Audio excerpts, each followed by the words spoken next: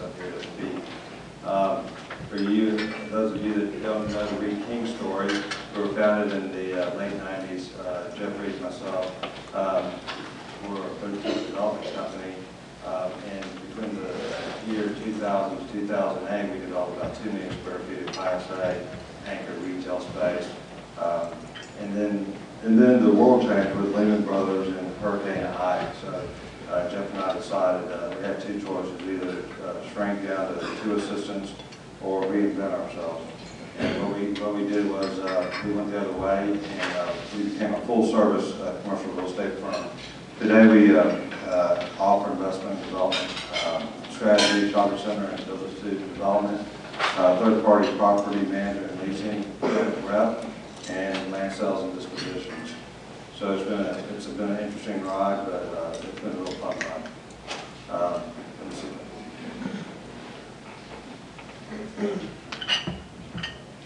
State of the local economy, one more. On the job growth that we've already talked about, population growth, but it's interesting, in the last 2 years, in 2010, 130,000 people moved into Houston, and this year projected another 170,000. So you have 300,000 people moving to Houston in a 2-year period. It was just phenomenal growth, population growth. Coupled with that was with employment growth, which Brady mentioned is about 70,000, 79,000 this year. And in the next 2 years, it's projected to be somewhere between 80,000 and 100,000. So it's phenomenal growth, and all those people need growth and services, so we're happy about that. And this also shows, again, we've already mentioned this. I'm going to try to go through these slides and get to the fun part. But we covered almost all the jobs that we had lost during the recession. We lead the nation in recovery of jobs. One interesting point on the jobs we created here, the retail sector has added 3,700 jobs over the last 12 months. And that's greater than the 14-year average of 2,800 jobs. And since the cyclical low in February of 2010, we've added 10,800 jobs in the retail sector. So that just tells you that the retail market is growing and tenants are active. Next slide. This just talks about the, everybody knows what makes Houston tick, the energy capital, Port of Houston, and Texas Medical Center.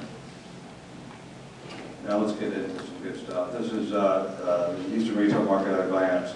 And we think that the Houston retail market is going to rebound faster than any other metro area in the country because, again, we're the leader of job creation, and coupled with the expanding population that I just talked about, that's going to drive retail spending. In fact, this year, we're predicting that the retail sales for 2011 are going to be on pace to match the peak of 2008. So, which is phenomenal that we're back as far as retail sales to our peak in 2008. This shows how big our market is, 325 million square feet. Most of those are in neighborhood community centers.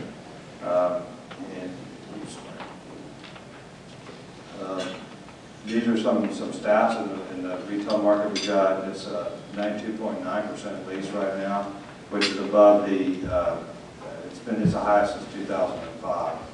And some of y'all might wonder, who's not in the retail business, we've had a lot of bankruptcies that are very public, Border, Circuits, and Lynn, some of these tenants, and you would think that 92% would drop over time, and it hasn't, because there's been backfilling. There's been opportunistic tenants out there that have been backfilling these spaces, subdividing. Guys like Nordstrom's Rack, Joann's, Bye Bye Baby, DSW. These tenants are able to come in and pick off good locations and cut pretty good deals on rent. And the one thing that's happening, though, is that those opportunities are starting to be less and less. So we feel that in the next 18 to 24 months, we'll start seeing some new construction outside of just grocery store anchored centers. And they'll be smaller. They're not going to be your typical power centers. They're going to be smaller in scale. Rental rates have crept up a little bit this year, and it looks so good overall. They're still above the 8-year historic average. Absorption is another good story. This last year, we were absorbing 2.5 million square feet, and couple that with the lack of development, obviously because of financing requirements are tougher, and so the demand is really interesting in Class A space. There's a shortage of Class A space. And our brokers are seeing that right now. We represent a number of restaurants and tenants, especially smaller tenants. And so whenever there is Class A space available, there's a lot of competition, and it's becoming a landlord's market on Class A space. We're seeing new centers that are coming up that are grocery anchored that the developers are beating their pro formas on their rent. And the other thing is that we're seeing a huge disparity between Class A property and B and C. If you're developing or you own Class A property, you have a lot of financing choices, whether it's construction financing or permanent financing. You're seeing the quality of tenants, and they're deep in every category. And you're also seeing the historically low cap rates. But then you shift over to B and C, and there's a huge disparity in all those. It's hard to get financed. The cap rates there's still a big difference in the bid-ask price, and the tenants that are more non-traditional tenants. A little bit on the holiday sales. It's interesting that the number of shoppers that went out on Black Friday increased 6.6% from last year to 226 million. And another interesting fact, which is impacting our business, is online sales accounted for about a third of the average sales that the consumer spent over the weekend. And so that's going to impact our business, continues to do so. And then also the average shopper, their average ticket price jumped 9.1% from last year, from about $360 to almost $400. Changing market conditions. There's a continued effort of retailers to reduce the size of their stores. And for instance, Best Buy, they're still going to be in this market, but they're looking at, I think Baker Katz has got the listing on all the Best Buys in town, where they may take a 45,000 foot template and reduce it to 30,000 and try to sublease at 15,000 feet. But in the same way with Accent Furniture, the problem with that is their tenants are not landlords, and there's issues with loading. Typically, Best Buy doesn't want to give up their premier space. They want to give up some inferior space. So that's a challenge for them. They're continuing to try to reduce the size of their footprints. Retail and service users are focused on low-income Hispanic markets. That's a trend we're seeing right now, where there's a number of tenants that are catering to the Hispanic community and low end.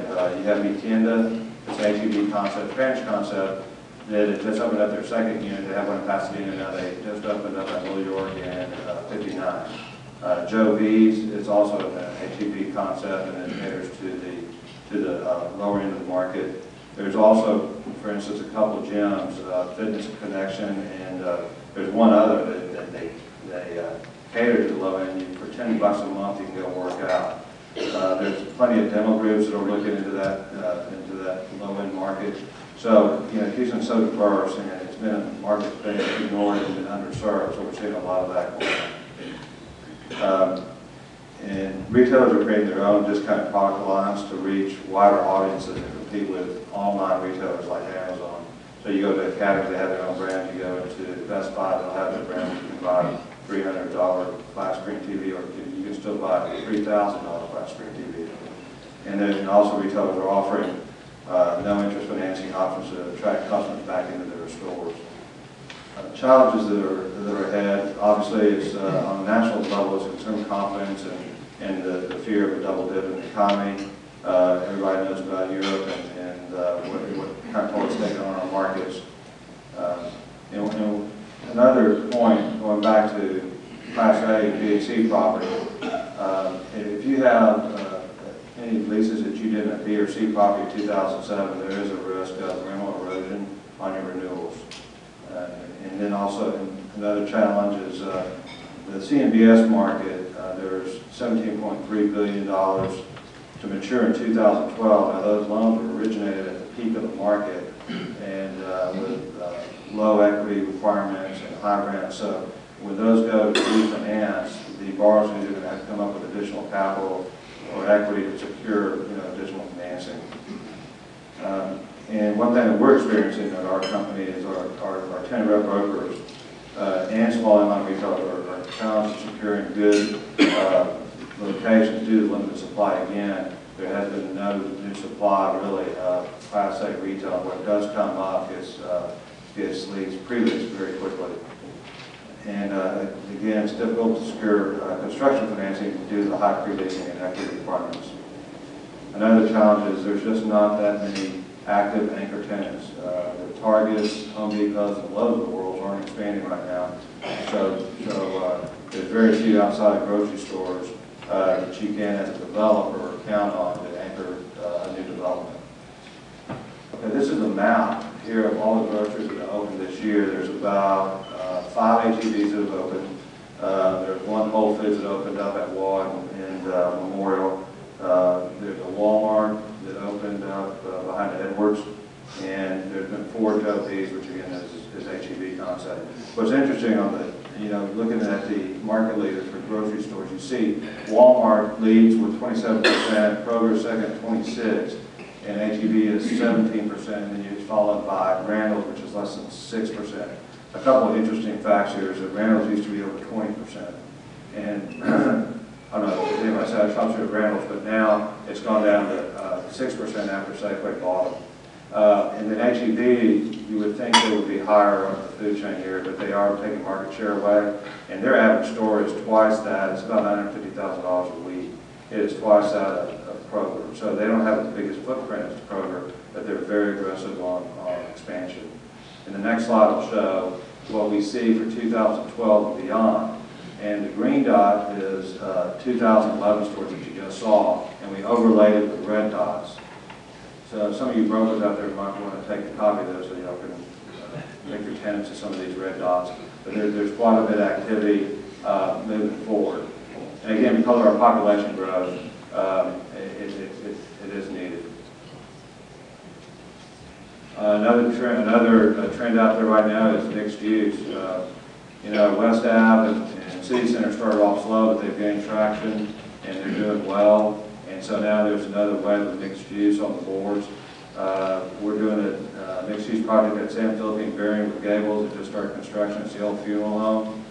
And if you go by the now, it's got the most expensive construction fence in Houston. And so we're delivering one floor retail about 15,000 feet, and then there'll be 250 apartments on top. And then if you, obviously, everybody knows about Post Oak, there's the Boulevard and Whole Foods, which will start next year. And then if you walk down the street, Trademark is working on a plan in front of Post Oak Central. There's a park-like area that's right across from Maggiano's. Well, in that area, they're looking at 2-story retail. And then, of course, the Redstone buildings under construction, they also have a retail component. And if you slide in on Westheimer, you have Oliver McMillan that's had the West Creek open for a few years, and they're talking about starting construction next year as well. And then interesting companies bought Trademark out of the Ford dealership there just next to it, and they're developing about 400 units. I believe they've started construction, and they also have a retail component. PM Realty has announced a high-rise with retail on the first floor, and that's at Alabama and Wesleyan. And then you have the Hanover company is very active. They started with the Village project, and they also have retail. So there's quite a bit of activity on the mixed use. I think Houston was a little bad, they didn't have as much mixed use projects as other major metropolitan areas. Okay, we show you this slide because last year's projections, we were actually pretty accurate. So this year's projections, we may or may not show next year, depending if they're right. Last year we said there was an increase in the number of tenants actively seeking locations, which is correct. There's continued pressure on public retailers to grow externally through new store expansion. That will continue.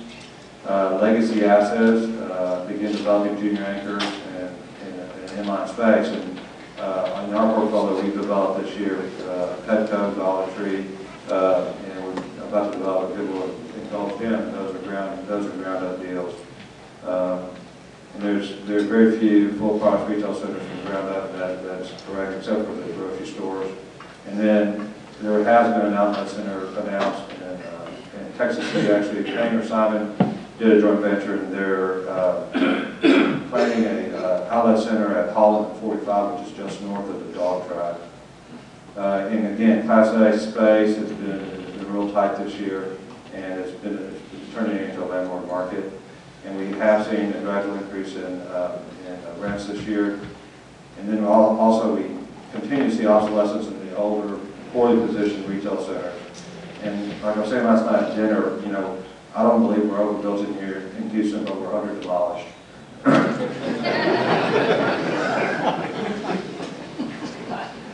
Okay, this is the next one is the outlook. So this slide may or may not be here though if you like next year. So we feel that it's going to be a new concept to be drawn to Houston again because it's a great consumer market and retailers are looking where to expand. This is one of the top in the nation. There's also an increase in non-retail uses in traditional retail locations. What I mean by that, there's office tenants that are coming out of office buildings and going to retail locations like power companies and insurance companies, etc. We're seeing colleges and universities want to pop out and relocate into retail locations. Excuse me. And also medicals has a big push into the suburbs.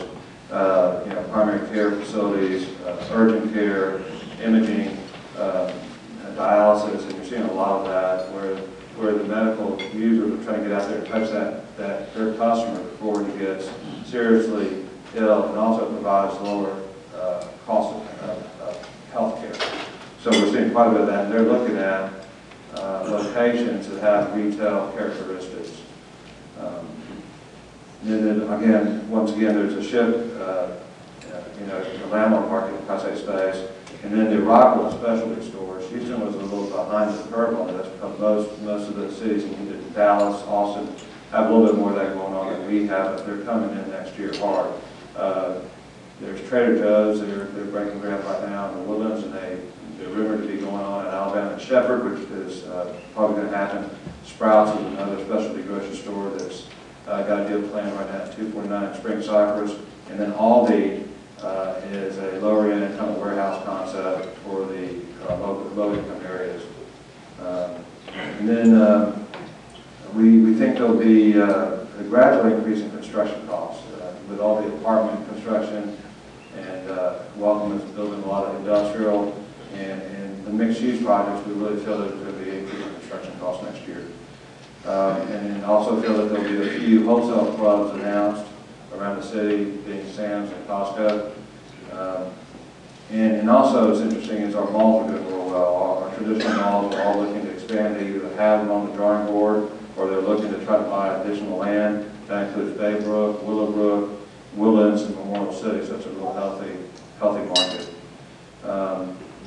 And then again, once again, we'll have multiple construction starts for mixed-use developments, both inside and outside the loop. And another thing we're seeing also is foreign capital coming into Houston for investment purposes. And the last prediction I have, it's not on this list, is RG3 will win the Highland Trophy.